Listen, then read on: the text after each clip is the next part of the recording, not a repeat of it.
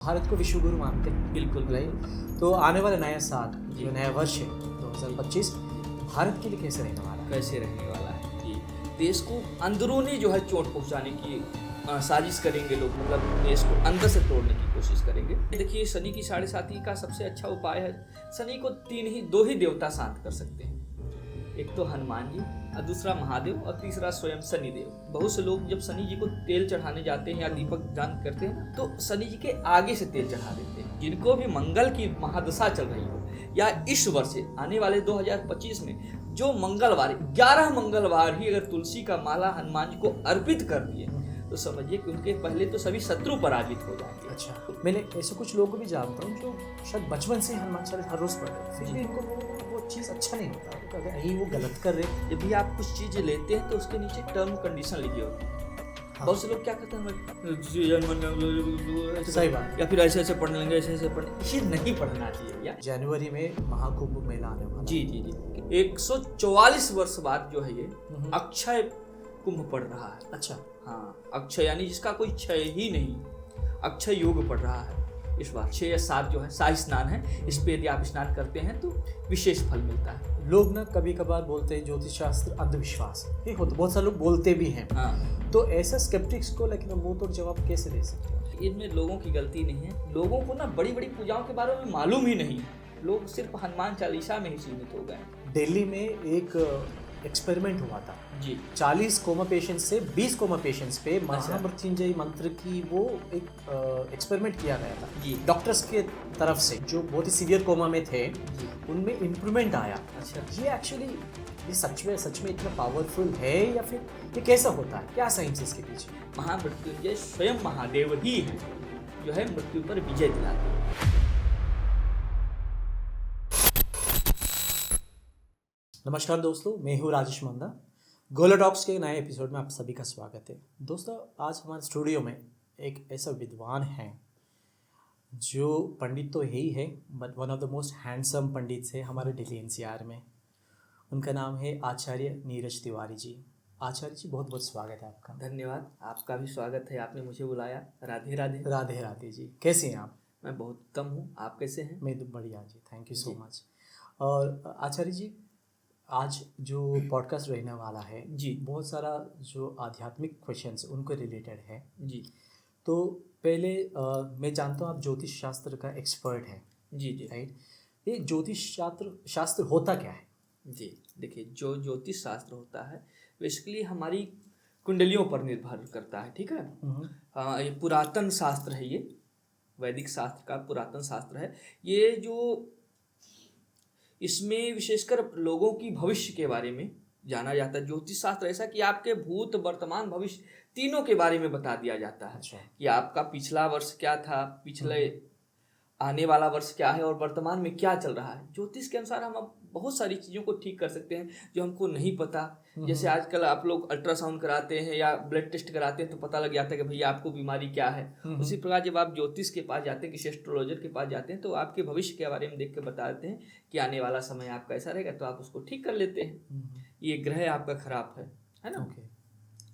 तो जो है ज्योतिष के अनुसार सब ठीक हो जाता है। अच्छा, ये भी सुनने का आता है कि जो वेस्टर्न एस्ट्रोलॉजी है और हमारा जो वैदिक एस्ट्रोलॉजी है ये दोनों अलग है, क्या अंतर है इसमें? एक तो देखिए, आजकल की एस्ट्रोलॉजी में ना जो संघर्ष है, जो परिश्रम है, बहुत कम हो गया है। आजकल सब कोई ऑनलाइन आ गया है। आप मोबाइल पर अपना डेट ऑफ बर्थ डालिए, पूरा चार्ट निकल के आ जाता है। सही बात है। बस आपको थोड़ा सा पढ़ना आना चाहिए। लेकिन पहले के लोग पंचांग से, हालांकि आज भी हम लोग पंचांग से ही बनाते हैं। अच्छा। लेकिन समय बच गया है। अब आजकल उतनी परिश्रम कोई करना नहीं चाहता कि पंचांग खोले, फिर डेट देखे, फिर वो करे। अपना मोबाइल में डाले, कंप्यूटर में डाले, आजकल सब ऑनलाइन चार्ट आ जाता है। लेकिन पहले क्या था, गुरु परंपरा थी। पहले पुस्तकों को देखा जाता था कि आजकल तो सब कुछ लिखा रहता है, पहले लिखना पड़ता था स्वयं से कि भैया ये ग्रह यहाँ पे बैठा हुआ है तो इसका क्या महत्व है, कैसे बैठा हुआ है, या जो है इस व्यक्ति का जन्म इस लग्न में हुआ है तो उस लग्न का क्या भाव रहेगा। तो पहले तो बहुत परिश्रम था। आजकल सब आधुनिक हो गया है, कम परिश्रम में ज़्यादा जो है फल मिल रहा है आजकल। यही अंतर है, बस यही अंतर है जी। अच्छा, एक और चीज़ है, भारत को विश्व गुरु मानते हैं। बिल्कुल राइट।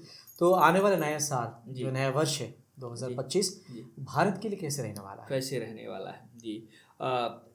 सही बताऊं तो हमारे पंचांग के अनुसार, जो मैं राजधानी पंचांग यूज करता हूं, जो दिल्ली से प्रकाशित होती है, इसके अनुसार जो है एक ऐसा लग रहा है जैसे कि इस वर्ष जो है भूकंप आने की संभावना ज़्यादा है। अच्छा। देश को अंदरूनी जो है चोट पहुंचाने की साजिश करेंगे लोग, मतलब देश को अंदर से तोड़ने की कोशिश करेंगे।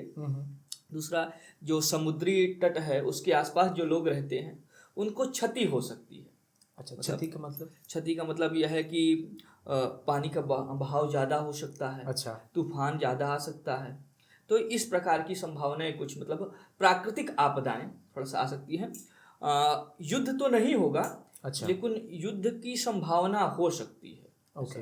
है ना, युद्ध नहीं होगा लेकिन ऐसा कुछ बन सकता है कि एक तरह से माहौल गर्म हो सकता है। ओके, तो हम ये कह सकते हैं कि विश्व में शांति हो सकता है फिर? हाँ, शांति रहेगी अक्टूबर के बाद, अक्टूबर 2025 के बाद फिर सब शांत हो जाएगा। हाँ, ये सब आपदाएं मई के बाद आएंगी, मई से अक्टूबर तक। ओके जी। जैसे मैं ये जानना चाहता हूँ, जैसे हमारा जो आदरणीय प्रधानमंत्री जी है, जी। मोदी जी है, जी। तो उनके लिए नया साल कैसे रहने वाला है? बहुत बढ़िया रहेगा।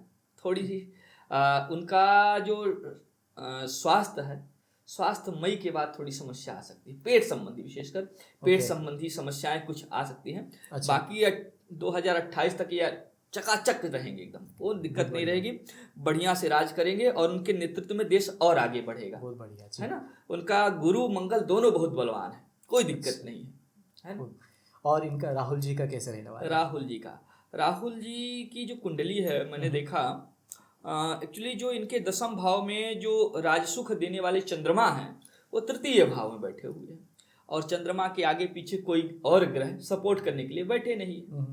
तो ये केतुद्रुम दोष जो है उत्पन्न हो जाता है। अच्छा। तो परिश्रम तो ये बहुत करते हैं, लेकिन परिश्रम का उसी चंद्रमा के कारण इनको पूर्ण फल नहीं मिल पाता है। तो वर्तमान समय में इस वर्ष तो उनका कोई चांस नहीं है। ओके, अब आगे का तो आगे देखा जाएगा। ठीक जी। तो आने वाले नया साल में जो राशियां हैं जिनका एक्चुअली बल बढ़ने वाला हो या प्रोग्रेस आने वाला है, वो कौन सा राशि है, और वो कौन सा राशि है जिनको उपाय करने की जरूरत है या फिर सतर्क रहने की जरूरत है? देखिए, उपाय तो सभी को करना चाहिए। अच्छा। है ना, क्योंकि बिना परिश्रम के तो कुछ मिलने वाला नहीं है ना। हाँ, ये है कि कुछ राशियां कम परिश्रम में ज़्यादा फल ले लेती है, और कुछ राशियां जो है परिश्रम ज़्यादा करती हैं, उनको फल ज़्यादा मतलब उनको फल कम मिलता है ना। तो जैसे मेष राशि है, ये अच्छा रहेगा, बढ़िया, ठीक है। हालांकि शनि की 7.5 भी चल रही है, लेकिन बढ़िया रहेगा इनका। तो उपाय अगर करना है तो क्या करना होगा? उपाय देखिए, शनि की 7.5 का सबसे अच्छा उपाय है, शनि को दो ही देवता शांत कर सकते हैं, एक तो हनुमान जी, और दूसरा महादेव, और तीसरा स्वयं शनिदेव। ओके। तो या तो हनुमान जी की उपासना करें। हनुमान जी की उपासना के लिए सबसे सरल, देखिए है तो बहुत बड़ी बड़ी पूजा है, लेकिन सबसे सरल हनुमान चालीसा है, तो हनुमान चालीसा का पाठ करें। और महादेव की पूजा में शंकर जी को 1 लोटा जल चढ़ाएं काला तिल डालकर, है ना, तो इससे भी शनि का प्रभाव कम होता है। अच्छा। तीसरा, स्वयं शनि चालीसा पढ़ें या शनि देव का तेल अर्पित करें। बहुत से लोग क्या करते हैं ना कि, अच्छा मैं बता दूं आपके माध्यम से, बहुत से लोग जब शनि जी को तेल चढ़ाने जाते हैं या दीपक दान करते हैं ना, तो मंदिरों में भीड़ रहती है शनिवार को, आपने देखा होगा ज़्यादातर, तो शनि जी के आगे से तेल चढ़ा देते हैं। अच्छा। लेकिन ये शास्त्र कहता है, ज्योतिष शास्त्र, कि शनि जी को समक्ष यानी प्रत्यक्ष रूप से आगे, जैसे शनि जी की मूर्ति है, आगे तेल नहीं चढ़ाना चाहिए। अच्छा। बगल से तेल चढ़ाना चाहिए, माने उनकी दृष्टि और हमारी दृष्टि एक नहीं होनी चाहिए। ये बहुत सारे लोगों को नहीं पता होते, क्योंकि जो शनि का प्रभाव है वो सिर्फ दृष्टि से ही लगता है। अच्छा। है ना, भले हम उनकी आराधना कर रहे हैं, लेकिन हर आराधना का एक नियम होता है ना, हम नियम के अनुसार ही चलें, क्योंकि नियम भी तो महादेव ने ही बनाए हैं, है ना। तो नियम के अनुसार चलें, उनको तेल अर्पित करें, लेकिन साइड से अर्पित करें। अच्छा। तेल चढ़ाए भी तो साइड से अर्पित करें, दृष्टि न पड़े, है ना। ओके। ये एक्चुअली बहुत सारे लोगों के ये जो पॉइंट है नहीं पता है, और भीड़ को बचने के चक्कर में उन लोग कहीं से भी तेल डाल के भाग जाते हैं। बिल्कुल। और शनि, अब जैसे बात छेड़ ही दिया आपने, तो मैं बता दूं, शनि की उपासना का सबसे अच्छा समय है 2 समय, है ना। या तो सूर्य उदय से पहले। अच्छा। हाँ, बहुत से लोग पीपल पे जल देते हैं शनिवार के दिन, तो सूर्य उदय से पहले दें। अच्छा। या तो फिर सूर्य अस्त के बाद, है ना। अच्छा। सूर्य उदित होने के बाद शनि का प्रभाव जो है, शनि का पूजन करते हैं शनिदेव का, तो उसका प्रभाव बहुत कम हो जाता है। अच्छा है ना, क्योंकि हैं तो पिता पुत्र लेकिन दोनों में बहुत शत्रुता है, इसलिए अच्छा हमेशा शनि की पूजा सूर्य उदय से पहले या सूर्य अस्त के बाद ही करनी चाहिए। ओके। ये मेष राशि के अलावा और कौन सा राशियों के लिए अच्छा होने वाला है? देखिए सिंह राशि है, इसके बाद जो है मकर राशि है, धनु राशि है। ये लोग अच्छा करेंगे, कम परिश्रम में ज़्यादा उन्नति करेंगे, ठीक है, अच्छा धन भी कमाएंगे। इस वर्ष इन 4 राशियों का विवाह भी होने की संभावना है, अच्छा है ना। हाँ, तो जिससे चाहते हैं वो भी जिससे चाहते हैं उससे विवाह, यानी लव मैरिज के चांस ज़्यादा है, माने रिस्क ले सकते हैं। रिस्क ले सकते हैं। अच्छा, और बाकी लोग उनके लिए? बाकी लोगों के लिए मैं यही कहूँगा कि ये वर्ष मंगल का वर्ष है ना। जैसे 2024 शनि का वर्ष था, 2025 मंगल का वर्ष है। क्यों? 2025, अब दोनों को सबको जोड़ेंगे तो इक्वल करके 9 आता है, और 9 जो है मंगल, मार्स, है ना। तो मंगल के लिए सबसे अच्छा उपाय जो है हनुमान जी को प्रसन्न करने का, थोड़ा सा घी ले लें, है ना, सिंदूर मिला लें, ठीक है, हनुमान जी के चरणों में अर्पित करें, ठीक है, पीपल के पत्ते पर राम राम लिखकर अर्पित करें। अच्छा, तुलसी की माला से बहुत प्रसन्न होते हैं हनुमान जी, बहुत प्रसन्न होते हैं। बड़े बड़े हनुमान मंदिरों में आपने देखा होगा कि तुलसी की माला अर्पित करते हैं। हमारे प्रयागराज में एक बड़े हनुमान जी हैं, लेटे हुए हैं, बहुत प्रसिद्ध हनुमान जी हैं, उनको तुलसी की माला चढ़ती है, अच्छा, है ना। तो हनुमान जी को तुलसी की माला बहुत प्रिय है। तो जिनको भी मंगल की महादशा चल रही हो, या इस वर्ष आने वाले 2025 में जो मंगलवार 11 मंगलवार ही अगर तुलसी का माला हनुमान जी को अर्पित कर दिए तो समझिए कि उनके पहले तो सभी शत्रु पराजित हो जाएंगे। अच्छा, उनका मान सम्मान इतना अच्छा बढ़ जाएगा, उनका ऑरा इतना बढ़ जाएगा कि जो दूसरे लोग भी देखेंगे कहेंगे वाह क्या बात है। धन की तो कमी ही नहीं रहेगी। हालांकि ये नहीं कहूँगा कि रातों रात करोड़पति आ जाएंगे, लेकिन जितना परिश्रम करेंगे उससे अधिक ही मिलेगा उनको, कम नहीं मिलेगा। बहुत बढ़िया जी। और आपने एक और बात भी कहा है कि हनुमान चालीसा पढ़ने के लिए ऑलमोस्ट हर रोज जी, तो अच्छा रिजल्ट के लिए बिल्कुल। मैंने ऐसे कुछ लोगों को भी जानता हूँ जो शायद बचपन से हनुमान चालीसा हर रोज पढ़ रहे, फिर भी इनको वो चीज़ अच्छा नहीं होता, वो गलत कर रहे, पढ़ने में गलती कर रहे, या फिर उनका वो प्रभाव जो है कहीं ना कहीं इनको नहीं मिल पा रहा। अच्छा, आपने एक बात ही छेड़ी तो बता दूं, जब भी आप कुछ चीज़ लेते हैं तो उसके नीचे टर्म कंडीशन लिखी होती है। बहुत से लोग क्या करते हैं, सही बात है, या फिर ऐसे ऐसे पढ़ने लगे, ऐसे ऐसे पढ़ने, ये नहीं पढ़ना चाहिए भैया। अच्छा, हर चीज का एक नियम होता है, एक ढंग होता है। आप आसन लाल आसन पे बिछाइए, लाल आसन बिछा के एक घी का दीपक जलाइए। यदि आपके पास हनुमान जी की प्रतिमा है, मूर्ति है तो ठीक है, नहीं तो मन में ही स्मरण कर लीजिए। और कैसे स्मरण करना है? हनुमान जी और हनुमान जी के हृदय में भगवान श्री राम जी, ऐसे हनुमान जी का स्मरण करके जो है आप हनुमान जी सा स्थिरता से पढ़िए। बहुत से लोग क्या करते हैं ना कि जैसे बहुत से लोगों को पढ़ते पढ़ते याद हो जाता है, ठीक है, जब याद हो जाता है तो कहीं कोई त्रुटि हो जाती है, जैसे बोलने में, है ना, प्रोनाउंसिएशन में, तो धीरे धीरे जब आप देखेंगे नहीं पुस्तक को तो देखे देखे फिर वो कंटिन्यू फिर गलत ही होता रहेगा, है ना, तो फिर उसका प्रभाव कम हो जाता है। इस वजह से उनको पूर्ण फल नहीं मिल पाता। अच्छा। जब भी पढ़ें स्थिरता से पढ़ें, नियम से पढ़ें और पुस्तक लेकर पढ़ें। भले आपको याद है लेकिन पुस्तक में देख कर पढ़ें। कितना 5 मिनट लगता है हनुमान चालीसा पढ़ने में, अगर शुद्धता से पढ़ें, पुस्तक देख कर पढ़ें, 100% उसका पूर्ण फल मिलेगा। जरूर जी, जरूर, ये मैं भी ट्राई करूंगा, बिकॉज मैं जो हनुमान चालीसा पढ़ता हूँ बिना देखे पढ़ता हूँ जी, तो इसमें क्या स्पीड तो आता है लेकिन प्रभाव नहीं मिल पाता। कभी कभी देखिए वाक त्रुटता के कारण जो है वो गलत हो जाता है। और आप एक बार गलत बोलेंगे ना तो फिर बार बार आपको भाई आपके माइंड में तो है कि ठीक है ये है, वो बार बार जो है वही गलत जो है बार बार पढ़ते होता रहेगा, इस वजह से उसका पूर्ण फल नहीं मिल पाता। ओके जी।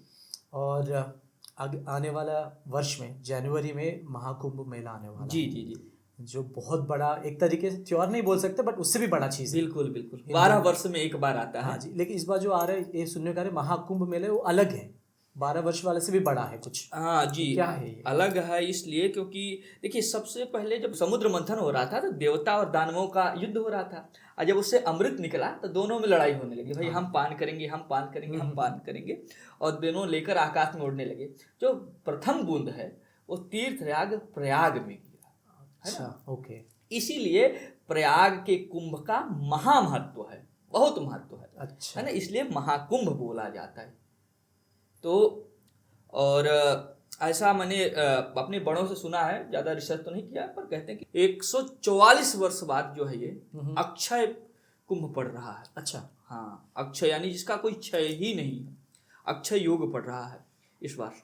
और वैसे तो 12 वर्ष में महाकुंभ लगता है, लेकिन अक्षय योग बनने के कारण इस महाकुंभ का और भी महत्व हो जाता है। ये जी। क्या स्पेशलिटी है, लाइक क्यों ये इतना महत्वपूर्ण है इस बार? अक्षय यानी जिसका क्षय ना हो सके। ठीक है। इस बार आप अगर महाकुंभ में जाते हैं, गंगा स्नान करते हैं, दान धर्म करते हैं, कुछ समय व्यतीत करते हैं, वहां पर जो भी आपसे जो भी रिचुअल्स हो सके, जो भी सेवाएं हो सके करते हैं, उसका कभी अंत नहीं होगा, अच्छा। क्षयहीन रहेंगी। इसलिए इसको अक्षय बोला गया, जिसका क्षय यानी इसका नाश ना हो सके। अच्छा। इसलिए इस वर्ष का बहुत महत्व है। अच्छा जी। और ये शाही स्नान जो जी। तिथि है, डेट से वो जी। क्या पड़ रहा है? इस वर्ष शाही स्नान 6 या 7 है लगभग। ठीक है। पहला तो 13 तारीख को ही पड़ने वाला है। ठीक है। ठीक है। 13 तारीख को, इसके बाद 14 तारीख को है। 13 तारीख को माघी पूर्णिमा है। 14 तारीख को मकर संक्रांति है। इसके बाद 29 तारीख को यानी 29 जनवरी को मौनी अमावस्या है। ओके। फिर 3 तारीख को आ जाइए, आपकी बसंत पंचमी है। ये भी बहुत स्नान का बहुत विशेष महत्व है। 4 तारीख को अचला सप्तमी है। 12 तारीख को जो है माघी पूर्णिमा है।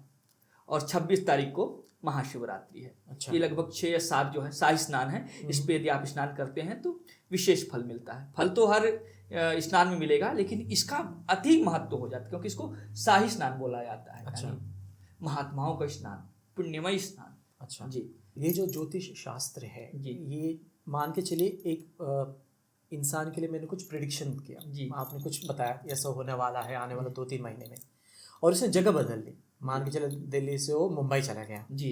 ये जो मैंने प्रिडिक्शंस किया वो बदल सकता है? बिल्कुल बदल सकता है, लेकिन जगह के हिसाब से जो है उसके ग्रह बदल सकते हैं, लेकिन ज़्यादा प्रभाव नहीं पड़ेगा। अच्छा। क्यों? क्योंकि कुंडली में पहले ही दिख जाएगा कि इस समय जो है ये जातक स्थान बदलेगा।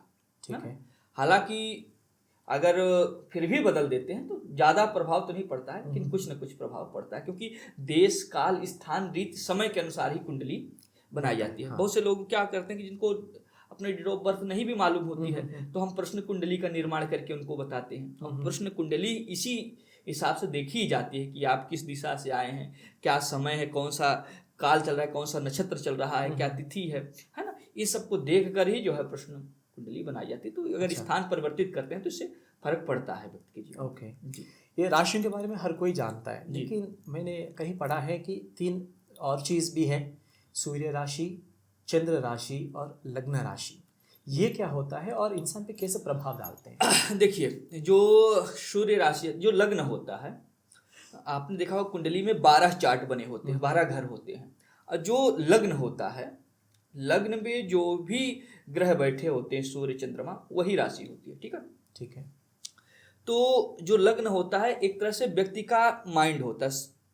जैसा माइंड रहेगा उसी प्रकार व्यक्ति का पूरा शरीर चलेगा। यानी कुंडली का जो प्रथम भाग होता है, प्रथम घर होता है, वो व्यक्ति का माइंड है। अच्छा। और जो ही ग्रह प्रथम भाव में बैठे होते हैं उन्हीं का अधिपत्य रहता है पूरी कुंडली में, है ना। अब इतना तो अधिपत्य नहीं रहेगा क्योंकि यार वो कमजोर है, लेकिन कहीं ना कहीं उसका प्रभाव रहेगा ही रहेगा। ठीक है ना। विपक्ष में बैठे हुए भी दमदार होते हैं। अच्छा। है ना। सत्ता में भले ना रहें, लेकिन अगर प्रथम भाव में बैठे हैं, अगर वो कमजोर भी हैं, नीच के भी हैं, उनका प्रभाव बुरा स्थान पे भी पड़ रहा है, फिर भी उनका स्थान मान्य तो रहता है। ये सूर्य राशि में कहा जाता है, फिर क्या? देखिए, जो यदि ये सूर्य बैठे हुए हैं लग्न में, ठीक है, तो यदि सूर्य बैठे हुए हैं तो व्यक्ति बड़ा पराक्रमी होगा, बड़ा तेजस्वी होगा। ठीक है। चेहरे पे बहुत चमक रहेगी, बहुत दानी प्रकृति का व्यक्ति रहेगा। दान देने में, धार्मिक स्थानों पर उसका धन अधिक खर्च होगा। इसके साथ साथ कुछ कमियां भी रहेंगी उसमें। बहुत क्रोधित प्रकार का व्यक्ति रहेगा, है ना। यदि अगर उसको कोई बात अच्छी नहीं लगी तो तुरंत वो कह देगा, क्योंकि उसका जो स्वभाव है ना, राजा की तरह स्वभाव रहेगा, किंग की तरह स्वभाव रहेगा। और अपने ऊपर ज्यादा खर्च करेगा, अच्छा पहनना, अच्छा खाना, उसका स्वभाव रहेगा, नीचे रहेगा। यही यदि आप चंद्र की बात करते हैं तो उसकी वाणी बहुत शीतल रहेगी। अच्छा। वह व्यक्ति अपनी वाणी से ना दूसरे लोगों को लुभा लेगा। ऐसी वाणी बोलिए, मन का आपा खोए, आपो शीतल होए, दूसरों को भी शीतल करें, है ना। तो जो चंद्रमा है लग्न में बैठा है तो व्यक्ति बहुत मधुर बोलता है, बहुत वाणी मधुर रहती है, लेकिन मन उसका चंचल रहता है। धन के मामले में बहुत अच्छा रहता है, धन अच्छा कमाता है। अच्छा। और सबसे बड़ी बात, उसके रिलेशन बहुत अच्छे रहते हैं दूसरे व्यक्ति से, ये खासियत है। ज्योतिष शास्त्र से क्या लोगों को डिसीजन लेने में मदद मिल सकती है? बिजनेस हो या फिर कोई परचेज करना हो, रिलेशनशिप्स हो, जो भी है, तो इसमें कितना आप प्रभाव कर सकते हैं ज्योतिष शास्त्र से? देखिए, यदि अच्छा ज्योतिषी है, ठीक है, अच्छी पकड़ है उसमें, तो आपको सब कुछ बता देंगे कि भाई इस समय में ये कार्य आपके लिए उचित है। अच्छा। ठीक है, आप करिए, आपको उन्नति होगी, या आप ना करिए। आप 10 लगाते हैं तो 15 कमाएंगे, या 10 लगाते हैं तो 5 कमाएंगे। ये ज्योतिष शास्त्र के अनुसार बताया जा सकता है आपके ग्रहों को, आपके नक्षत्रों को और आपकी राशियों को देखने के बाद, ओके। है ना। तो इससे बहुत प्रभाव पड़ता है। ये हो सकता है? बिल्कुल हो सकता है। ओके। तो मैं एक चीज़ जानना चाहता हूँ, लोग ना कभी कभार बोलते हैं ज्योतिष शास्त्र अंधविश्वास है, ये होता, बहुत सारे लोग बोलते भी हैं। हाँ, तो ऐसा स्केप्टिक्स को लेकिन मुंह तोड़ जवाब कैसे दे सकते हैं हम लोग? देखिए, ऐसा ना कि इनमें लोगों की गलती नहीं है। आजकल हर दूसरा व्यक्ति एस्ट्रोलॉजर बन गया है ना। हर दूसरा व्यक्ति आपको भविष्य बताने लगा है। तो जबकि लोगों को मालूम ही नहीं होता कि ज्योतिष शास्त्र है क्या, ज्योतिष के आचार्य कौन हैं, ज्योतिष की प्रथम पुस्तक क्या है, ज्योतिष की ABCD क्या है ना। तो इस वजह से अगर यदि आप हमसे कुछ कुंडली के बारे में पूछ रहे हैं और आपके जो है बारे में हम ना बता पाएं, या हमारी प्रेडिक्शन गलत हो जाए, तो बिल्कुल आपका विश्वास टूट जाएगा ज्योतिष पे। हम नहीं से क्या, सही बात है। किसी से भी टूट जाएगा। तो यही बात है ना? ओके। ऐसे कोई प्रिडिक्शंस आपने किया हो, लेकिन पिछले साल बिल्कुल।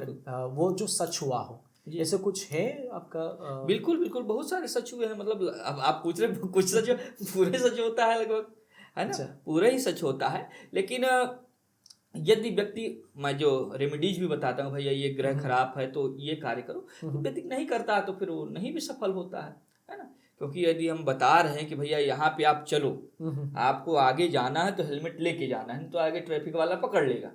यदि आप हेलमेट पहन के नहीं जाएंगे तो ट्रैफिक वाला पकड़ लिया, तो इसमें हमारी क्या गलती है ना। हमने तो पहले आपको सचेत किया था। इसी प्रकार जब हम कुंडली देखते हैं तो बताते हैं कि भैया ऐसी समस्या है, ये ग्रह खराब है और इसका ये निदान है। मैं ज़्यादातर जो है यही बताता हूँ, घरेलू उपाय। ओके। ज़्यादा पैसे वाला उपाय नहीं बताता हूँ, क्योंकि देखिए लोगों को ना बड़ी बड़ी पूजाओं के बारे में मालूम ही नहीं है। लोग सिर्फ हनुमान चालीसा में ही सीमित हो गए हैं। हनुमान जी की इतने बड़ी बड़ी पूजाएं हैं, बजरंग बड़ बानल का पाठ, हनुमानाष्टक का पाठ, बहुत बड़ी बड़ी पूजाएं हैं, जिससे स्वयं हनुमान जी प्रत्यक्ष खड़े होकर आपको आशीर्वाद देते हैं। तो यह है कि लोग जितना ही जान पाए उतना ही ठीक है। ओके, है ना। तो आपने बताया था ज्योतिष शास्त्र से हम भूतकाल तक भी बिल्कुल पता कर सकते हैं। बिल्कुल। तो मेरा क्वेश्चन ऐसे है कि भूतकाल से तो और थोड़े पीछे, पिछले जन्म तक क्या हो, वो चीज़ भी निकाल सकते हैं? कुछ अनुमान लिया जा सकता है ना। कुछ अनुमान लिया जा सकता है कि भाई इस पूर्व जन्म में हम ये थे। ओके। सटीक जानकारी तो बहुत अच्छे विद्वान से ही मिल सकती है, हालांकि इससे पता लग सकता है। अच्छा। लेकिन जो है ये अच्छा योग्यवान जो ज्योतिष एस्ट्रोलॉजर है वो कर सकता है। पिछले जन्म का एक अंदाजा मिल सकता है। एक अंदाजा मिल सकता है। अच्छा, जो पिछले जन्म का कर्म, जो प्रारब्ध कर्म बोलते हैं हम लोग, वो कैरी फॉरवर्ड होता है बिल्कुल आने वाले जन्मों तक। इस चीज़ में जो नेगेटिव कर्म बोल सकते हो, जिसकी वजह से हम शायद पूरा लाइफ हमारा या फिर पूरा जिंदगी थोड़ा सा खराब हो सकती है, उसको हम रोकना है तो क्या कर सकते हैं? देखिए, सबसे पहले तो हमको दैनिक पूजा अपनी नहीं छोड़नी है। ठीक है। दैनिक पूजा, यदि आप दैनिक पूजा करेंगे तो कभी आपका अहित नहीं हो पाएगा, है ना। जो ग्रह होते हैं क्यों परेशान करते हैं, जब आप बीमार क्यों होते हैं, आप बताइए।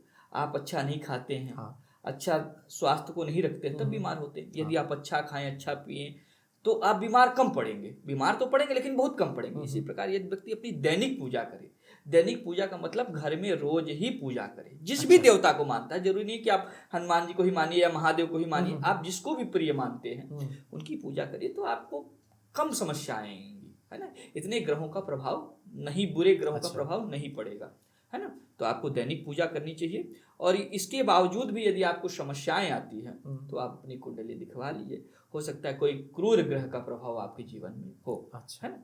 लेकिन आजकल ये भी एक समस्या है, लोगों का भक्ति दिखावा ज़्यादा हो गया, सरल भक्ति है ही नहीं, बहुत कम है। दूसरा, भगवान को बदलते हैं, लेकिन मैं 10-15 दिन एक भगवान को पूजा किया, रिजल्ट नहीं आया तो तुरंत भगवान को बदल के दूसरे भगवान को पकड़ लेते हैं। या कहीं से मैंने सुना ये भगवान को पूजा करने से मेरा अच्छा लाइफ में हो गया, अपना इष्ट देवता को छोड़ के फिर किसी के इन्फ्लुएंस में आके अपना वो दूसरा भगवान की पूजा करते हैं, ये कहाँ तक सही है? आपने जैसे बताया इष्ट देवता, हमारे इष्ट कौन होते हैं? इष्ट जिनको हम सबसे प्रिय मानते हैं, है ना। किसी के राम जी होते हैं, जैसे मेरे हनुमान जी हैं। तो अपने इष्ट को कभी नहीं छोड़ना चाहिए भैया, है ना। आप बड़ी पूजाएं करिए, घर में आप सत्यनारायण भगवान की पूजा कराते हैं, रामायण जी का पाठ कराते हैं, ठीक है, रुद्राभिषेक कराते हैं। यद्यपि हमारे इष्ट हनुमान जी हैं, लेकिन हम सत्यनारायण भगवान विष्णु की भी पूजा करें, महादेव की भी पूजा करें, पूजा सबकी करिए, लेकिन अपने इष्ट पर विश्वास रखिए। अच्छा देखिए, एक पर्सनल अपना मैं आपको ओपिनियन बताता हूँ। बड़ी बात नहीं है, जरूरी नहीं कि हमारे पास बहुत बड़ा ही हो जाए तभी हम विश्वास करेंगे। छोटी छोटी चीज़ों से भी विश्वास हो जाता है। मैं बताता हूँ कि जब मैं गुरुकुल में था, कभी कोई पुस्तक खो जाती थी, या कभी छोटा बच्चा था, छोटा सा था तब गुरुकुल गया था, या कुछ मिल नहीं रहा है, तो उसके लिए ना मैं एक मन में संकल्प लेता था कि 11 हनुमान चालीसा का। अच्छा। और आप विश्वास नहीं मानिएगा, ये हकीकत बात है कि मन में ही मैं हनुमान चालीसा का धीरे धीरे पाठ करता और उस चीज़ को खोजने लगता। 11 हनुमान चालीसा पूर्ण होता ही नहीं था, वो सामान मिल जाता। अरे यहाँ तक कि अब कुछ चीज़ें नहीं बताने लायक हैं, ऐसे ऐसे सिचुएशन में मैं पढ़ा कि हनुमान चालीसा का पाठ मुझे बाहर निकाल दिया। अच्छा। हाँ, ये मैं पॉडकास्ट में हूँ इसलिए मैं ऐसा नहीं बता रहा हूँ कि बताऊंगा लोग देखेंगे, अपनी हृदय की बात बता रहा हूँ। ऐसी ऐसी समस्याएं आई, ऐसी चीज़ें आई कि हनुमान जी की कृपा से मैं पार हो गया। जो कार्य मैं नहीं कर सकता था, हनुमान चालीसा के प्रभाव से मैं वो कर लिया। ओके। हाँ, तो अगर ऐसे कोई इंसिडेंट है तो शेयर करना है तो कर लीजिए। बिल्कुल बिल्कुल बिल्कुल। एक बार क्या हुआ कि छोटी सी बात है, एक कहीं मेरा मोबाइल गिर गया, ऐसा ना। मैं पूजा में जा रहा था, किसी पूजा में, थोड़ा लेट हो रहा था, जल्दी जल्दी में मोबाइल गिर गया। अब सबसे बड़ी बात मोबाइल की समस्या नहीं है, जो सिम है ना, जो नंबर है, क्योंकि मेरा नंबर सभी के पास है। जिनके यहाँ, जिसे आपके यहाँ ही जाना है, आपका भी नंबर मोबाइल में है। अब मैं आपको जानता तो उन्हीं की याद है आपका नंबर। तो फिर अब गया, देखा तो जेब में मोबाइल ही नहीं। अब जी झक हो गया कि भाई अब करे तो करे क्या। फिर मैं हनुमान जी से प्रार्थना किया और हनुमान चालीसा का पाठ करते करते जो है पीछे आया, और जबकि चलते हुए सड़क थी, वहाँ पे मोबाइल रखा था। अच्छा, मैं ले लिया। कई सारी ऐसी, मैं बता तो रहा हूँ कि गुरुकुल से मेरा अनुभव रहा है। ऐसी ऐसी चीजें हुई मेरे साथ कि मैं हनुमान चालीसा का पाठ करके, कहते ना, काल टल गया। अच्छा। हाँ, तो हनुमान चालीसा में बहुत प्रभाव है भैया। बस ये है कि हृदय से पढ़ें, नियम से पढ़ें, तो ही इसका प्रभाव रहेगा। ओके। जिस भी देवता को मानते हैं, उस देवता का एक मंत्र ले लें, उस देवता का मंत्र का जाप करें। यदि ब्राह्मण है, ये जो वीडियो देख रहे हैं मेरे, यदि ब्राह्मण है तो सबसे अच्छा शस्त्र है गायत्री मंत्र का जाप। ओके, ठीक है, गायत्री मंत्र का जाप करें। इसके बाद नवाण मंत्र, भगवती का नवाण मंत्र है, ओके, उसका जाप करें। बशर्ते इन सब मंत्रों का जाप जो है बड़ी शुद्धता और सफाई के साथ करना चाहिए। अच्छा। तभी इसका पूर्ण फल मिलता है, नहीं तो इसका गलत प्रभाव भी होता है। अच्छा जी।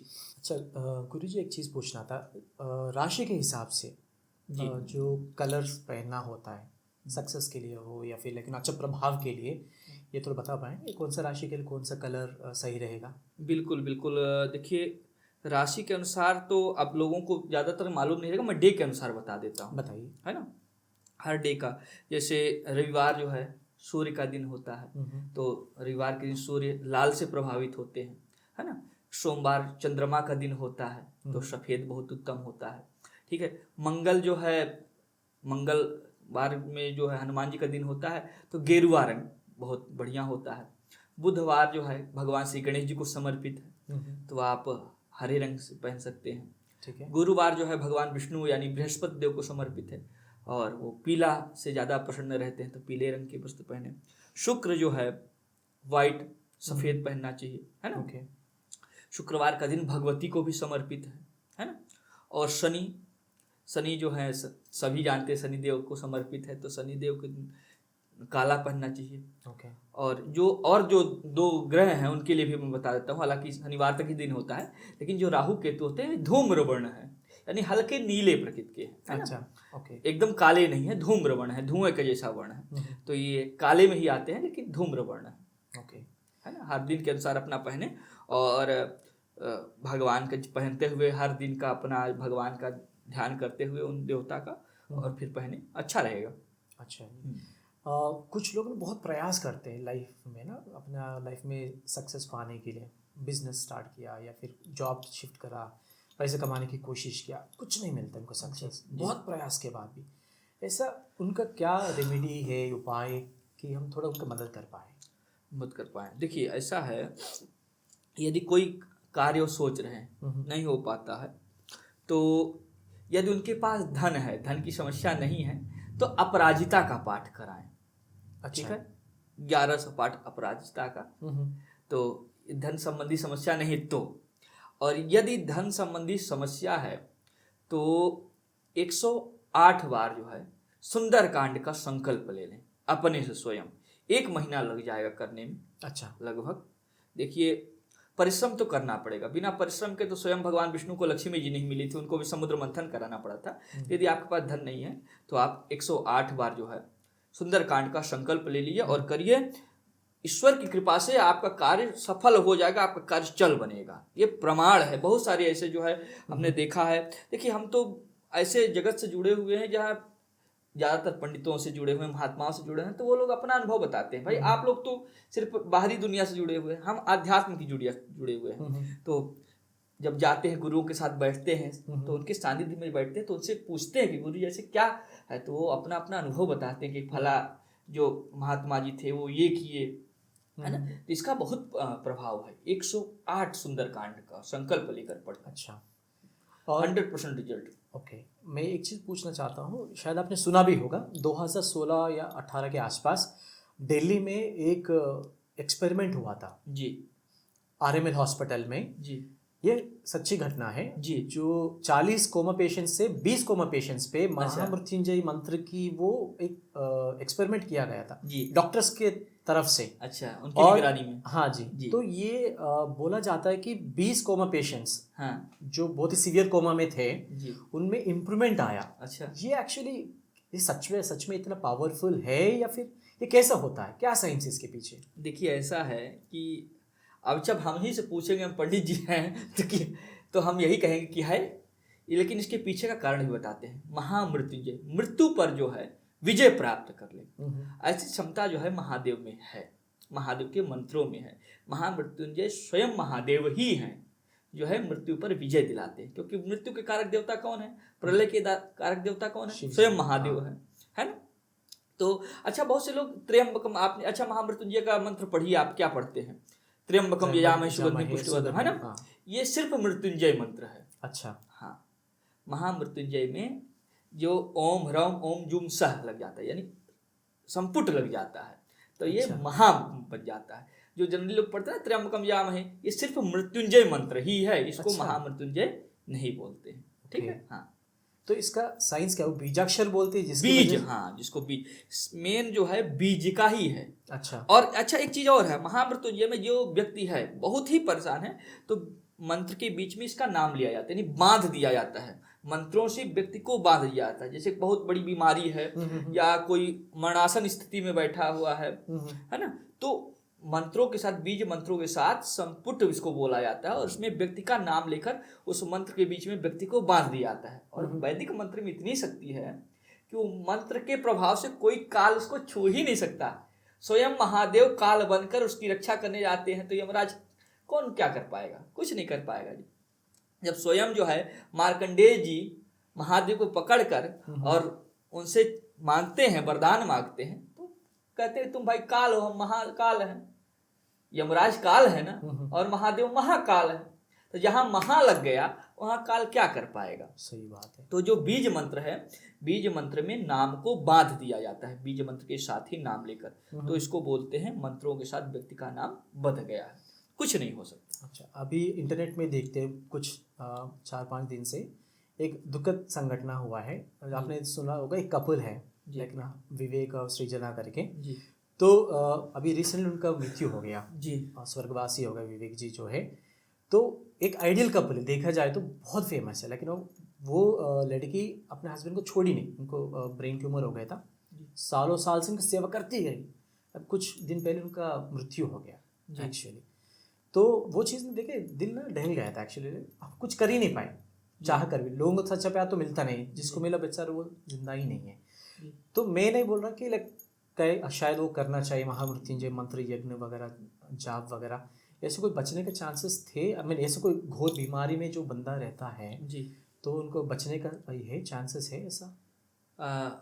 हालांकि क्षमा चाहता हूँ, इस स्टोरी को मैं नहीं देखा। ओके। ठीक है, मैं पर फिर भी यदि आप पूछ रहे हैं कि ऐसी समस्या आती है तो बहुत सारे उपाय हैं। नारायण कवच है, महामृत्युंजय का जाप है ना, अपराजिता का जाप है। ये सब बड़ी पूजाओं में आते हैं, बड़े बड़े अनुष्ठानों में आते हैं। इससे व्यक्ति का जो है जीवन रुक जाता है। अच्छा। हाँ, ये अगर किसी का मृत्यु काल अंत में आया है, किसी को मृत्यु आने वाला है, ऐसे कोई संकेत मिलता है ज्योतिष शास्त्र के थ्रू? कहते हैं ना कि व्यक्ति को माया अत्यधिक घेर लेती है, बहुत अपनापन होने लगे अपने बच्चों से, अपने परिवारजनों से, है ना। तो जो है व्यक्ति स्वयं अपनाने लगे कि भाई ये मेरा है, ये मेरा है, ये मेरा है, मेरा बच्चा है, मेरा बेटा है, मेरा पोता है। तो इनसे दूर नहीं होना चाहता व्यक्ति। एक अनुभव होने लगता है कि भैया आप हम जाएंगे, और उसके मन में ना एक सात्विक विचार आने लगता है। अच्छा, एक इंडिकेशन बोल सकते मिल सकता है। और कहते हैं ना कि अंत समय में जो है व्यक्ति जो भगवान का, ईश्वर का नाम सानिध्य ले लेता है, उसमें भी माया बहुत प्रबल हो जाती है, लेकिन जो माया को तोड़कर भी जो भगवान का नाम लेता है वो मुक्त हो जाता है। अच्छा। श्री भागवत जी की कथा बताता हूँ आपको। एक ब्राह्मण थे, दुराचारी ब्राह्मण थे। तो एक ही अच्छा कार्य किए थे, अपने पुत्र का नाम नारायण रख दिए थे। अच्छा। दुराचारी थे। अब दुराचारी में कई प्रकार के दुराचारी थे वो, ठीक है। अंत समय में जब यमराज जी उनको लेने आए तो कहते हैं ना कि जब व्यक्ति का प्राण जाता है ना तो बहुत तड़पता है, तड़प के ही जाता है। जो बहुत धर्मात्मा प्रकृति के व्यक्ति होते हैं उन्हीं का प्राण बहुत आसानी से जाता है ना। अच्छा। क्योंकि दो प्रकार के होते हैं, जो धर्मात्मा प्रकृति के होते हैं उनको पालकी आती है लेने के लिए। अच्छा। और जो क्या कहते हैं भगवान के दूत आते हैं, नारायण के दूत आते हैं, जिस भी देवता की उपासना करते हैं। और जो अधमी टाइप के होते हैं उनको जो है नरक के दूत आते हैं लेने के लिए, यमराज के दूत आते हैं। तो जब आए और उनको कोड़ों से पकड़ के ले जाने लगे, ये भागवत श्री की कथा है ना। तो जब ले जाने लगे तो जब उनका प्राण छटपटाने लगा तो कहते हैं नारायण बचाओ, नारायण बचाओ, नारायण बचाओ। अपने पुत्र को बोलते हैं, भैया बचाओ, अभी हमको लेके जा रहे हैं, हमको छुड़ाओ इनसे। जब कई बार नारायण बताए तो भगवान विष्णु वैकुंठ धाम में बैठे हुए थे, कहीं अंत समय में जो है ये मेरा नाम ले लिया है, अब इसके सभी पाप तर जाते हैं। ऐसे गीता में भगवान श्री कृष्ण कहते हैं कि आप सब कुछ छोड़ो, आप मेरे शरण में आ जाओ, आपके सारे पाप नष्ट कर दूंगा, आपको मुक्त कर दूंगा, है ना। तो स्वयं नारायण जी ने गरुड़ जी के साथ कई दूतों को भेजा और कहाँ यमराज ले जा रहे थे, कहाँ जो है गरुड़ के साथ उनके दूतों ने पालकी में ले जाकर वैकुंठ धाम को ले गए। इसलिए अंत समय में सदैव व्यक्ति को जो है धर्म का कार्य करना चाहिए। हम तो यही कहते हैं कि यदि व्यक्ति को अब लगे कि भैया आप खूब ठीक है, कमा धमा लिए, खूब सुख संपत्ति हो गई है, या अपने सारे शौक पूरे कर लिए हैं, तो किसी तीर्थ स्थान पर जाकर बस जाना चाहिए। मैं सभी को यही कहूँगा, किसी भी तीर्थ स्थान, चाहे मथुरा चले जाएँ, काशी चले जाएँ, चाहे बनारस चले जाएँ, प्रयागराज चले जाएँ, कहीं भी चले जाएँ, व्यक्ति जब अपने संसार सुख को भूल, हालांकि आजकल माया अंत समय तक नहीं घेरती है, पर किसी को माया से बचना है तो अंत समय में वहीं जाएँ। अच्छा जी, ठीक है। ये आने वाला साल जो है, ये अगर आप मूलांक की बात करें 1 से 9 तक, हाँ। तो इनका कैसे रहने वाला है? मूलांक 1 का कैसे रहने वाला है नया साल? देखिए, मूलांक 1 जो है भगवान श्री सूर्य का साल है, और सूर्य बहुत पराक्रमी ग्रह है, ग्रहों का राजा माना जाता है ना। तो इस वर्ष जो है ये लोग धन बहुत खर्च करेंगे। अच्छा। हाँ, उसके साथ साथ धन कमाएंगे भी। इनका मान सम्मान बहुत बढ़ेगा भैया इस वर्ष। जो भी मूलांक वाले हैं, मूलांक 1 वाले लोग हैं, उनका इस वर्ष यानी 2025 में मान सम्मान बहुत बढ़ने वाला है। उनका जो ऑरा है बहुत तेज हो जाएगा, ठीक है। उनके चेहरे पर अलग ही चमक रहेगा, क्योंकि सूर्य का चमक रहेगा। हाँ, और धन खर्च करेंगे और उसके साथ साथ धन कमाएंगे भी। प्रमोशन होने के चांस बहुत बढ़े हुए हैं, है ना। प्रमोशन हो सकता है, या फिर यदि आप नौकरी कर रहे हैं तो अगले जगह माने दूसरे स्थान पर ट्रांसफर होने का भी चांस दिख रहा है, ठीक। हाँ, मूलांक 2 का कैसे रहने वाला है 2025? मूलांक 2, देखिए मूलांक 2 जो है चंद्रमा का है, ठीक है। और चंद्रमा जो ग्रह हैं बड़े शांत ग्रह हैं बहुत, लेकिन इनके साथ साथ एक समस्या ये भी है कि ये व्यक्ति को बहुत चंचल बना देते हैं, है ना। मन पर अटैक करते हैं चंद्रमा, तो व्यक्ति जो है बहुत चंचल प्रकृति का हो जाता है। सीरियस कम रहता है। तो इस वर्ष जो है ये मूलांक 2 वाले लोग अपने काम को लेकर कम सीरियस रहेंगे। तो मैं यही सजेस्ट करूँगा कि भैया काम को लेकर हम सीरियस रहें तो ही आगे बढ़ेंगे, है ना। यदि सीरियस होते हैं तो वो फिर थोड़ा सा समस्या आ सकती है उनके जीवन में। अच्छा, अगर कोई किसी भगवान का आराधना करना हो, इससे अच्छा प्रोग्रेस आए इनको, हाँ, तो किस भगवान की आराधना करें? देखिए, जो प्रत्यक्ष देवता हैं इस समय तो हनुमान जी हैं। तो मैं हनुमान जी का ही कहूँगा कि हनुमान जी का ही पूजन करें। वैसे चंद्रमा के अधिपति महादेव हैं। महादेव की आराधना सभी ग्रहों के लिए आप कर सकते हैं। जितने भी 9 ग्रह हैं सबके जो है, अगर एक देखा जाए, आप सब छोड़ दिए, महादेव का ही पूजन कर लिया तो सभी ग्रह कंट्रोल है। सिर्फ महादेव को जो है पंचामृत से स्नान करा दिए, सारे ग्रह कंट्रोल है। और मूलांक नंबर 3 वालों का कैसे रहेगा? मूलांक 3 जो है ये गुरु का है। तो गुरु बहुत अच्छे ग्रह माने जाते हैं। धन के मामले में जो गुरु ग्रह हैं, मूलांक 3 जिनका है, वो इस वर्ष बहुत धन कमाएंगे। माने धन के मामले में अच्छा पैसा कमाएंगे। माने अच्छा बोल रहा हूँ तो अच्छा कमाएंगे, है ना। लेकिन हाँ, परिश्रम जरूर करेंगे। यदि 10 का परिश्रम करते हैं तो 20 से 25 ले जाएंगे, समझ जाइए। अच्छा, बिना परिश्रम किए तो कहीं किसी को कुछ नहीं मिलेगा, ये तो मैं स्पष्ट रूप से बता दूं। लेकिन थोड़े परिश्रम में बहुत ज्यादा कमा लेंगे। यानी ये लोग गागर में सागर के समान रहेंगे, है ना। छोटा सा गागर होता है, उसमें सागर भर दिया खूब। तो इस प्रकार रहेगा मूलांक 3। अच्छा, और मूलांक 4 का कैसे रहेगा? मूलांक 4 राहु का। अच्छा, ठीक है, स्थिरता कम रहेगी इनमें, है ना। भाग दौड़ की जिंदगी बहुत रहेगी। ऑफिस से घर, घर से ऑफिस, माने सुकून कम रहेगा, है ना। इनके लिए मैं यही कहूँगा कि भगवान श्री गणेश जी की आराधना करें तो बहुत बढ़िया रहेगा। हो सकता है कि मूलांक 4 वालों की लाइफ में थोड़ा पारिवारिक कलह भी आ सकता है। मूलांक 5 का कैसे रहने वाले हैं? अच्छा बुरा? देखिए, मूलांक 5 वाले लोग के स्वामी बुध हैं, ठीक है। और इस वर्ष ये लोग बहुत पराक्रमी होंगे। जो लोग अगर मेहनत करें, किसी एग्जाम की तैयारी कर रहे हैं, बड़े एग्जाम की, तो सफलता के 90% चांस है ना।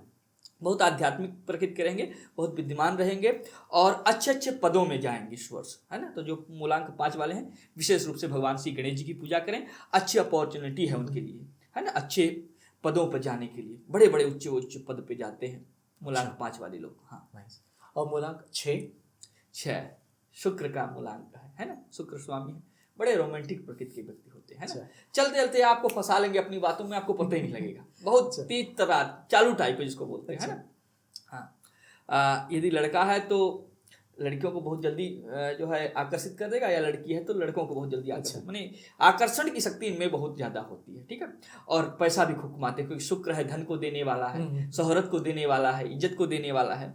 तो जो है इस वर्ष उनके लिए शुक्र खूब धन देगा, है ना। शुक्र का भगवान नारायण की पूजा करें, माता लक्ष्मी की पूजा करें, और भी चकाचक रहेगा, चांदी चांदी रहेगी। बहुत बढ़िया। और मूलांक 7 वालों को कैसे रहने वाला है? देखिए, 7 जो है केतु का वंश है। केतु पाप ग्रह है, बड़े रहस्यमयी लोग होते हैं। इनके बारे में ना जल्दी आप जान नहीं पाएंगे। आप अगर इनसे बात भी करें ना तो बहुत चुप्पा टाइप के होते हैं, मतलब बहुत रहस्यमयी, अपने अंदर ना बहुत कुछ छुपाए रहते हैं, जल्दी से आपके सामने खुलते नहीं है, ठीक है।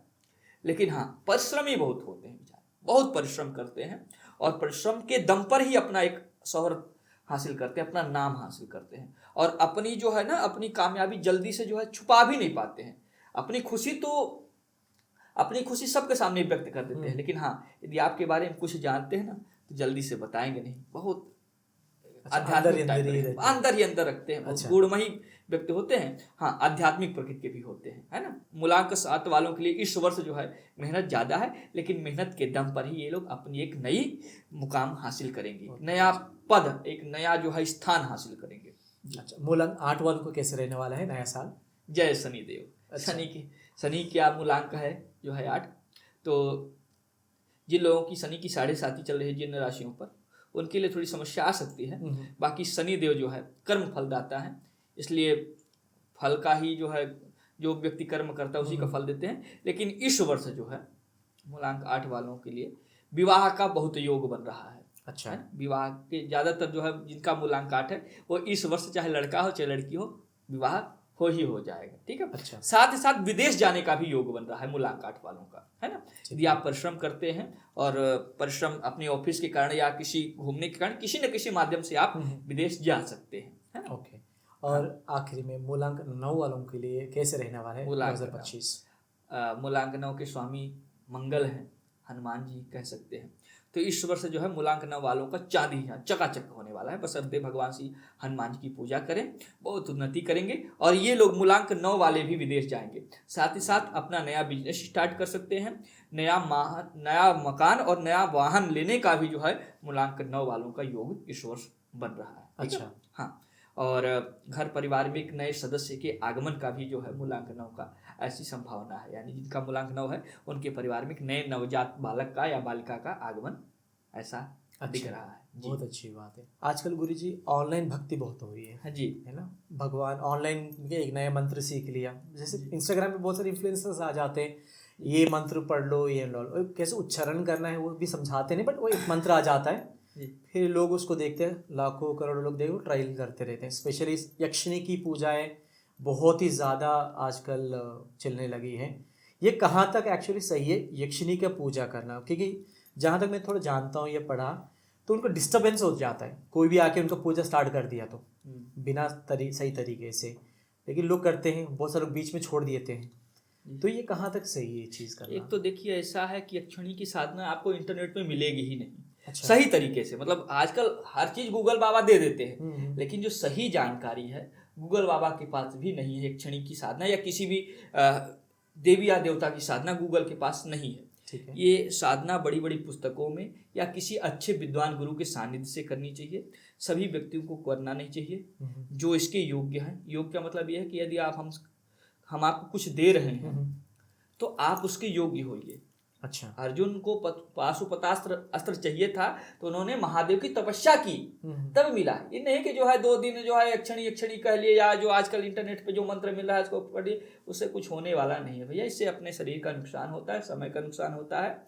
इसके बाद गुरु के सानिध्य में क्यों किया जाता है? देखिए, जब ये कोई शक्तियों का हम आवाहन करते हैं तो पहले वो हम पर अटैक करती है। अच्छा। ठीक है, वो देखती है कि भाई ये हमारी क्षमता सहने के लायक है कि नहीं है ना। आप किसी को एक गिलास पानी दे रहे हैं तो वो गिलास को अपने हाथ में थामने लायक है कि नहीं है ना। तो उसी प्रकार वो अटैक करती है।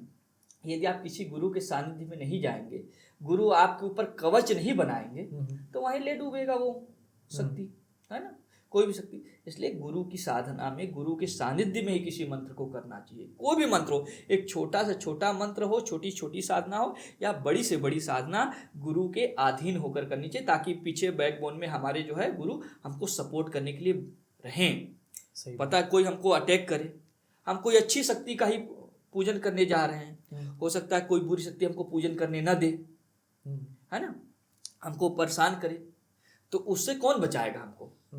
अब एक नियम होता है, जब भी हम कोई पूजन पाठ करें तो एक एकाग्र होकर, उसमें डिस्टर्बेंस नहीं होनी चाहिए। यहाँ जहाँ डिस्टर्ब हुआ, हम भ्रमित हुए, वो अटैक कर देगा। अच्छा। तो भाई अटैक से बचने के लिए गुरु का सानिध्य, ऐसे ना करें किसी भी सोशल मीडिया या गूगल बाबा के चक्कर में पड़ के अपना नुकसान करेंगे भैया। लेकिन गुरुजी ये समस्या ये भी है ना, गुरुजी मिलते नहीं है।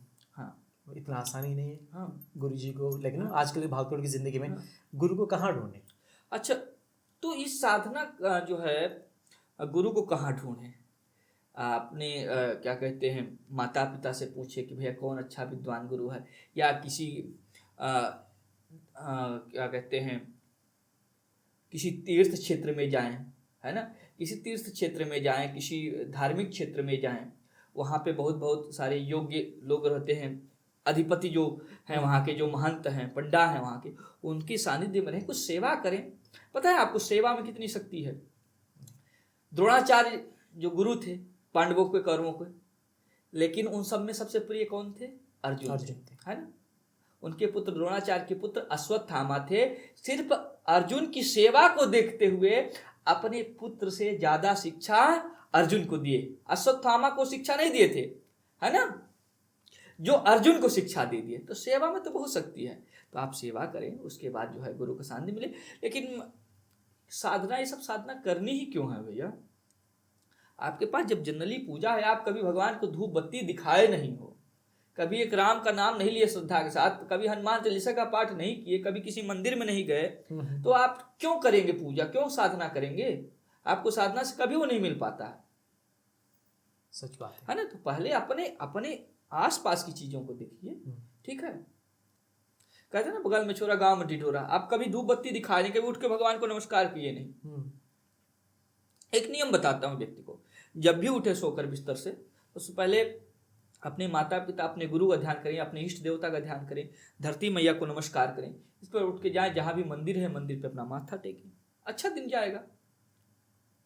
साधना उतना क्यों करना है, कोई आप बड़े तांत्रिक तो है नहीं, फिर उसके लायक फिर योग्य भी बनिए। अच्छा, है? तो ये बात। और एक और चीज़ है, आजकल बहुत ही प्रचलित हो रही है ऑनलाइन या फिर इंडिया में, स्पेशली साउथ इंडिया में, उग्र देवताओं की पूजा। प्रत्यंगिरी माता का, वराही माता का। तो ये कितना सही है ये, क्योंकि वो उग्र देवताएं हैं, देवियां हैं, उग्र देवियां हैं, तो उनको एक्चुअली हम नॉर्मल लेवल पे लेके आए। देखिए जितनी भी देवियां हैं उसमें भी उग्र देवियां हैं। उनकी पूजा के लिए निशीथ काल यानी रात्रि का समय बहुत उत्तम बताया गया है। रात्रि में देवियों का प्रभाव जो है, यानी जो क्रूर देवियां आप बता भी रहे हैं, तो इनका प्रभाव विशेष बढ़ जाता है। ठीक है, इसका प्रभाव भी होता है, करना भी चाहिए, लेकिन विशेष कार्य के लिए करना चाहिए, है ना। विशेष कार्य के लिए करना चाहिए, जहाँ पे आपका कार्य रुक रहा हो। ऐसे नहीं कि आपको जो है छींक आ गई और आप पूजन करा दिए, है ना। तो विशेष कार्य के लिए विशेष प्रयोग, एक संकल्प के साथ, भैया ये मेरा कार्य बहुत दिन से नहीं हो रहा है, इस कार्य के लिए तो होता है। बहुत सारी ऐसी पूजा है जैसे आपने बताया। ये भी सुनने का आया था, जहाँ हमने थोड़ा बहुत पढ़ा था या फिर बड़ों से जो सुना है, रामायण के टाइम पे, रामायण के टाइम पे जो यज्ञ करने वाला था जी, इंद्रजीत, जो यज्ञ, कुंभला, तो ये उग्र देवता ही है, ये इनकी कुल देवी है। अच्छा, हाँ, अच्छा, ये वही था। हाँ, इनकी कुल देवी है, निकुंभला देवी हैं। ठीक है। और उनको वरदान था, ब्रह्मा जी से वरदान मांगा था। अच्छा, नाम ही क्यों पड़ा? अच्छा, इसकी पीछे की स्टोरी बता दूं। जब वो जन्म लिए ना, तो इतने पराक्रमी थे कि इंद्र को भी पराजित कर दिए। अच्छा, उनका पहले नाम था मेघनाथ। ओके।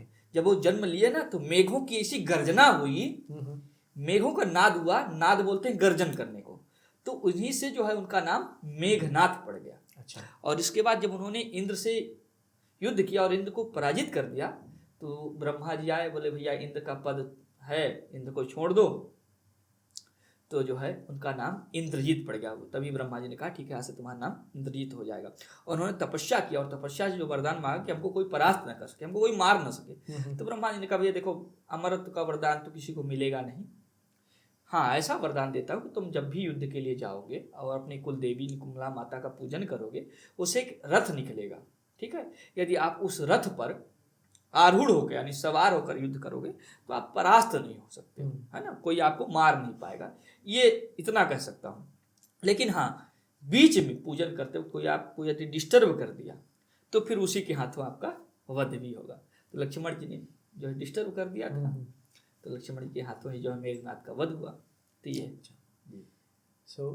दोस्तों, ये रहा आचार्य जी, नीरज तिवारी जी हमारे यहाँ, हमारे पॉडकास्ट में। बहुत जल्दी दोबारा इनको फिर बुलाएंगे, एक नया टॉपिक पे लेके जाएंगे जो आध्यात्मिक ही होगा। मोस्टली वो टॉपिक रहेगा हमारा देवी देवताओं के ऊपर जी। तो नीरज जी, जो व्यूवर्स है, आने वाले नए साल के लिए कुछ मैसेज देना चाहेंगे आप? मैं ठाकुर जी से यही प्रार्थना करूंगा कि जो भी लोग आपको हमको देख रहे हैं, स्वस्थ रहें, मस्त रहें और परिश्रम करते रहें, है ना, क्योंकि बिना परिश्रम के कुछ होने वाला नहीं है। लास्ट में जाते आते कबीरदास का एक दोहा मैं सुना देता हूँ। करत करत अभ्यास में, है ना, करत करत अभ्यास के जड़ मति होत सुजान, रसरी आवत जात है सिल पर परत निशान। यानी जो करत करत अभ्यास में, जो व्यक्ति बार बार किसी कार्य को करता है ना, तो जड़ मत यानी जो मूर्ख व्यक्ति भी होता है वो भी सुजान हो जाता है, यानी उसमें माहिर हासिल कर लेता है। जरूरी नहीं कि आपके पास डिग्री है तभी आप किसी कार्य को आप पारंपरिक तरीके से लगातार करते रहेंगे तो उसमें भी आप हासिल जो है शोहरत हासिल कर लेंगे, एक नाम हासिल कर लेंगे। किस प्रकार पहले गांव में ना कुएं से जल निकाला जाता था, है ना, तो पत्थर पर कभी बाल्टी पे बांध कर या क्या कहते हैं घड़े में रस्सी बांध कर निकाला जाता था। तो रस्सी जब पत्थर पर टकराती थी तो पत्थर पर, यानी पत्थर को बोलते हैं सिल पर भी निशान पड़ जाता था। क्यों? क्योंकि बार बार आ रही है रस्सी, जा रही है। इसी प्रकार व्यक्ति को परिश्रम करना चाहिए। यदि आप परिश्रम करते हैं तो आपके पास धन की कमी कभी नहीं रहेगी। इसलिए स्वस्थ रहिए, मस्त रहिए और अपने अपने इष्ट देवताओं का ध्यान करते रहिए। राधे राधे, जय श्री राम। राधे राधे।